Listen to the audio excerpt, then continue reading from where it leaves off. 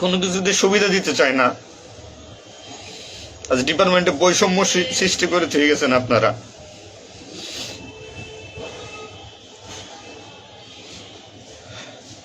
এত কিছুর দরকার হয় কেন আপনাদের? আজ আপনারা কেউ মারা যাননি, সবাই নির্দেশ দিয়ে যার যার মতো সুযোগ মতো পালাইছেন, সুযোগ মতো চুপচাপ করে বসে আছেন। পুলিশ ডিপার্টমেন্টের অনেকে আছে যারা এর সাথে জড়িত না, সরাসরি গুলি করতে চায় নাই, বাধ্য করছেন, নির্মম মৃত্যুর দিকে ঠেলে দিয়েছেন এদেরকে। কোনো কিছুই মনে করেন আপনারা। তো নতুন দিনের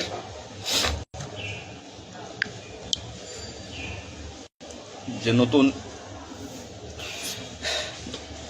দিনের সূচনা হয়েছে বাংলাদেশে।